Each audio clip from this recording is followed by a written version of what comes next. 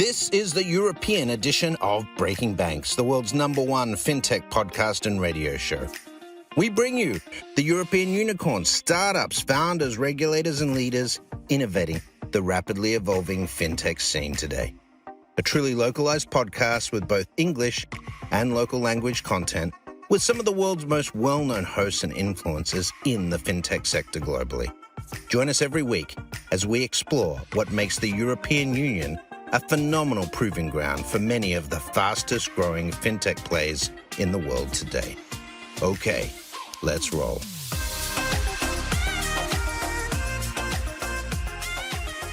Hey guys, welcome back at Money2020 with Breaking Banks. I'm here with Damien Fontanille, Head of Institutional Sales at Forge. Damien, welcome, very warm welcome to Breaking Banks. Thank you very much, Matteo. A pleasure to be with you today. So, you have been with Forge for a few months. Yes, a couple of them. Exactly. So, let's start by, quick intro to Forge and also to yourself and your background. Absolutely. So, Société Generale Forge is a digital asset subsidiary of the Société Generale Group. The company has been in existence for 2 years now, but they come from a group of founders who come through the internal startup call. The company has been registered as an investment service firm by the French authority in 2021. And we have issued several securities, bonds, and structured products over the years, and we want to extend our offering to external clients and also across various asset classes. Great. What about your own background? What do you do before Forge? Before Forge, I worked for 17 years in investment banking in London. I worked at Credit Lyonnais, Natixis, RBS, where I designed and sold structured products to the Italian and then European markets. And after that, I worked a couple of years in a tokenization firm based in Luxembourg.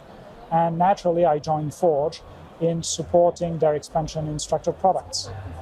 So, Damien, we are actually really at the frontiers, right? At asset management here, and I know because we have been interviewing your CEO, like I think it was last year, actually, absolutely, close to Money2020. Yes, exactly, because you guys were the first one to introduce a tokenized, product. You will.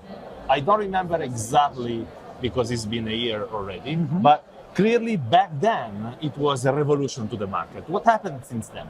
Absolutely. So what we've done is we've issued bond natively on the blockchain. So we use a public blockchain, either Ethereum or Tezos, on which we operate right now, to issue natively the bond or the financial product. Let's put it in the wider context. So just on the CSD, we use the existing legal framework to create the security on the blockchain and to distribute it to investors. So we started with bonds, with Société Générale Issuer, and last year we issued the first structured product on Tezos blockchain. It was sold to a company of the group and is successfully redeemed a few months ago. So now what we intend to do is to offer this new way of structuring and distributing structured products. How do you find, the sales activity and the sales process, right? So, is it a product that is super easy to get understood on the other side? Because of course, historically speaking, you guys are pretty innovative, but most of the banks they stick to the to the previous way of doing things. So how is it?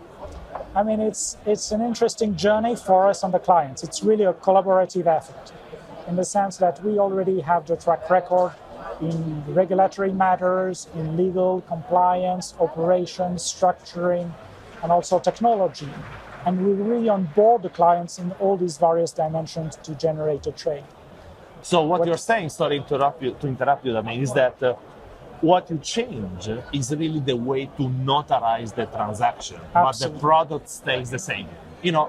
Because I am the moderator here, I'm allowed to, first of all, not to know everything about the subject, but also to try to translate things for our millions of auditors to understand. So what you're saying is that the product stays the same.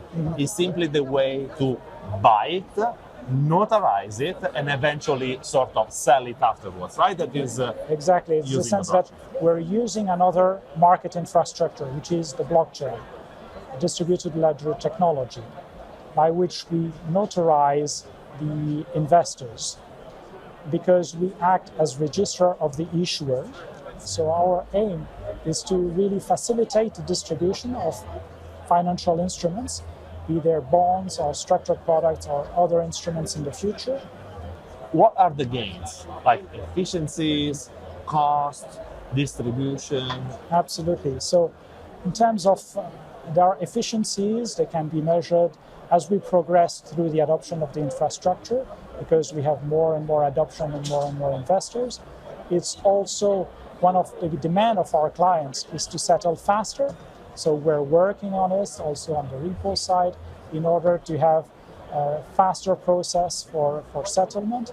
And in terms of distribution, we want to reach out to a wide community of investors through existing distributors, but we're also looking at crypto players.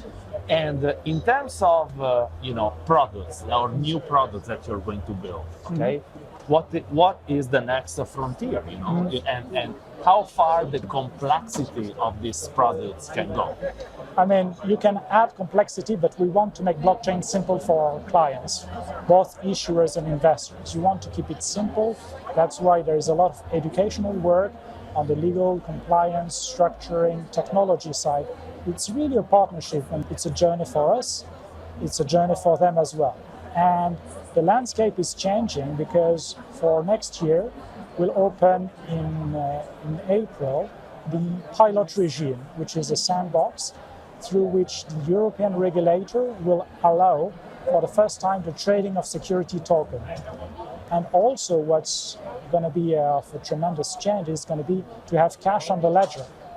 So you've heard about stable coins, but the ECB, the European Central Bank, is expecting to issue a CBDC, central bank digital currency, by 2025. So because then you would have cash and security using the same ledger. What's your experience? I mean, you guys have been pioneers, clearly in the space, and of course, we're not here to talk about other financial institutions, right? But what is going to be good is, of course, if this doesn't become a single player movement, of course, but becomes a community movement. Absolutely. Right? So, and you have been doing institutional sales for very long before, so you have certainly the pulse on how, on the other side, clients are actually perceiving this innovation. You already said that there is a lot of education needed, but is in general the world of other financial institutions moving toward this direction? Actually, no idea of how much percent of the current products are using blockchain. Probably still a single digit, maybe. But how do you see the market evolving? I mean, there will be a transition phase. We're still at inception. But the move is very powerful. We sense it from the client request, we sense it from the regulators, we sense it with the central banks. We have regular discussions with several central banks, including Banque de France, with whom we realized a transaction in CBDC a couple of years ago. So we see the momentum building up. There are still some reservations, and we're also facing fellow competitors in the field, in other banks, which is a good thing, because we want the industry to mature for this to become a new standard. Damien, thank you very much for being with us today. Matteo, it's been my pleasure. Looking forward to the next edition.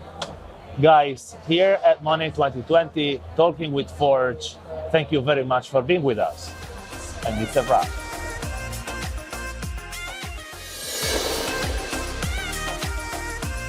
Hey guys, so welcome back to Breaking Banks Europe. We are back at the Société Generale stand with Cédric, Chief Sales Officer of Moonshot. Cédric, welcome to Breaking Banks Europe. Thank you. So let's start by the beginning. You know, you and I talked a little bit. We never had the pleasure to meet until now. But you had a very a personal, super interesting journey, right? From big guys to startup world, now back to, I would say, a hybrid environment. Tell us a little bit about your story. Yeah, okay. So in a few words, I started my career in a big corporate financial services, working for 10 years for American Express. Then I decided to join the startup world, working for fintech in France. So regulated activities, you know, in the payment, and then moving to the insurance with Moonshot. So kind of, as you said, hybrid model. As Moonshot is an independent company, but belonging to a big group. Yeah. So that's an interesting model of Moonshot that we have today. So you're in sales, so I think that you're absolutely well placed to give the sales pitch a little bit, or how do you explain Moonshot to potential clients or future clients? So in a nutshell, Moonshot is first an insurtech. So we do technology. That's what people should have in mind. We are a tech company, okay? Second is that we provide contextual insurance. Yeah. That's something pretty specific. I even could say that we're the leader in Europe in contextual insurance. Interesting. Not like nothing. the Uber drive, the Uber short rides, for example. Yeah, absolutely. And we offer this product of insurance in B2C model for guys who are either in the banks, financial services, either in the mobility, and the e-commerce, and finally for people who are doing business in the travel sector.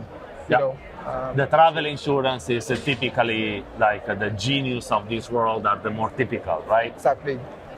By the way, I'm sure you know this data, but give us a couple of examples, and if you have it, what is the biggest percent of this context? Is the travel industry by far the largest consumer of this a contextual short-term insurance? So we are in the transformation phase, because what is contextual insurance? It's about data and the way we can use the data to custom the insurance that we offer to the consumer. So we have the data. The challenge is how to use it and how to build smart products to offer guarantees, custom-made guarantees for the customers. So it's, I would say, almost the beginning, but the potential is huge. And tomorrow could be a world of only contextual insurance, because you will not imagine that we will offer you an insurance without taking into account your context, your data, your needs. So that's what we do today. So you said you're a data company, so Moonshot sort of stays in the plumbing, right? Because you do white label insurance products, right? For banks and corporations. So what are the biggest challenges, of building such a product? Because somehow, you need to plug these services to an existing infrastructure, right? That's it. So the first revolution is about the API and how we distribute the insurance, because the guys who want to work with us will want to do it very easily with sometimes no bandwidth at all in the roadmap, tech roadmap. So the API is the first step to enter in relationship with big customers. So that's the very first step. The second one is to offer state-of-the-art customer experience, because there are these guys here who have neobanks. They have set kind of new standards with instantaneity. Yeah. We need to replicate this. That's what we have to give to the final customer. So API, customer experience, and finally instant everything. You cannot wait anymore. You need to have immediate answer. So that's what we do. So you mentioned actually these giant neobanks and I want to say the new big digital players, Yeah. right? For which, from an external point of view, it should be easier, right, to integrate a digital service such an insurance product. But what about a more I want to say industrial companies like a telco provider who wants to put insurance over the counter when you buy a phone, for example. Do you experience like a difference in the challenges of integrating with ones versus the others? Yeah, that's when we said digital today, we should think omni-channel. So it could be in-store, could be online. At the end, the customer experience should be as easy, whether it is online or in-store. So what we do is to, we develop the journey to be the same, whatever the channel is, okay? And the challenge is, again, the time you have to convince someone to buy an insurance. So it should be very easy, easy to understand, easy to buy, and easy to claim as well. Because the moment of truth in the insurance is when shit happens, exactly, right? Exactly. Of course. So that's very important. Yeah. So let's go back a little bit to Moonshot itself. So, we all know, because you guys have been a guest of us already, the way it has been incubated and stuff like that is actually an example of great success, I think, of an idea. It was incubated in a group, and now became, his own man Yep. or company. Yep. And earlier on, we were actually making this allegory or metaphor of you guys being now a teenager, and I have a teenager son. He's allowed to like come back at 3 and 4, maybe not like overnight just yet. So, where are you in this journey? First, and second, what are the positives aspects of being part of a great group, Yeah. but also being independent and agile? Yes, that's a very good question. I would do the parallel with, startup, which is a baby, and the scale up with the teenager. We are a scale up now. Yeah. So that's pretty interesting because we are now an quite independent company. Okay. That means very basically that we have our own IT infrastructure. We have all important roles in the company: actuary, legal, sales, of course, marketing, IT. So we live our life, but we have that big group that is a chance for us because they bring a lot of support in the ventures that we have. And they are also a commercial partner because we sell insurances, but we need to hold the risk at some point. And they are the insurer. And the trust factor is super important, right? Exactly, as well. exactly. Yeah. So it's a kind of hybrid model, but successfully hybrid model. So we have that specific relationship with a stakeholder, but commercial partner as well. Yeah. So, we are back into real life finally, and, business meetings became, from Zoom to person. Yeah. What's the value of being here at Money2020 in the stand of Société Generale? How were the business conversation?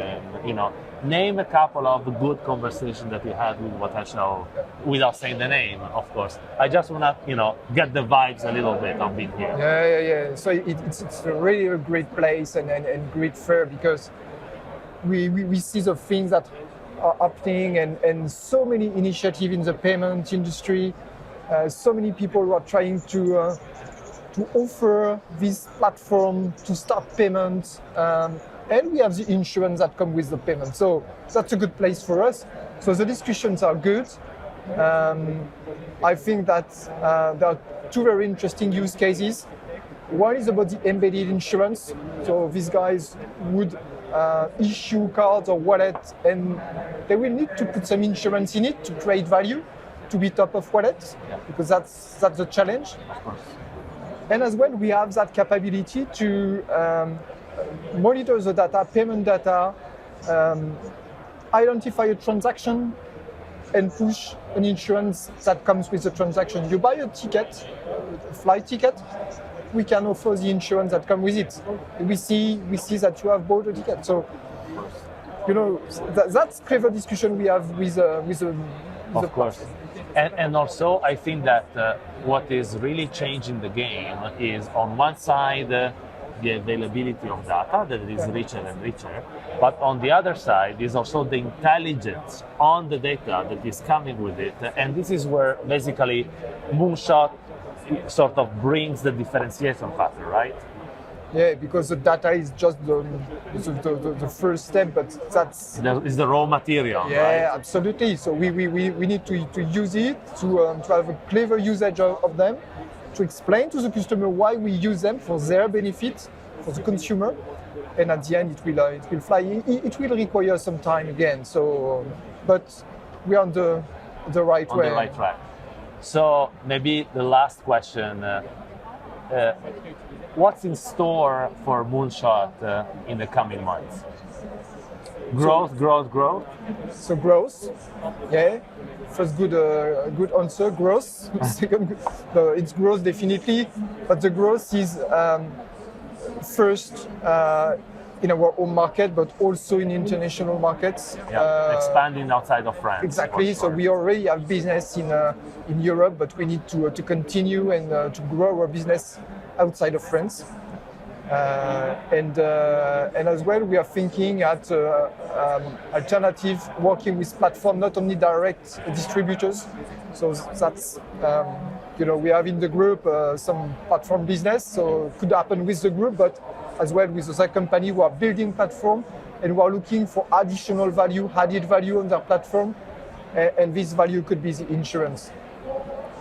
I think that was a great way to wrap up this conversation. Thank you for being with us. Welcome back again. And guys, stay tuned. This is from Société Generale stand. That was Moonshot. And it's a wrap. Thanks for listening to Breaking Banks Europe, a Provoke Media podcast in cooperation with FinTech Stage. Don't forget to tweet us out, shout out, or post to the team at Breaking Banks EU on Twitter. If there's something or someone you'd like to hear on our cast, let us know. See you next week on Breaking Banks Europe.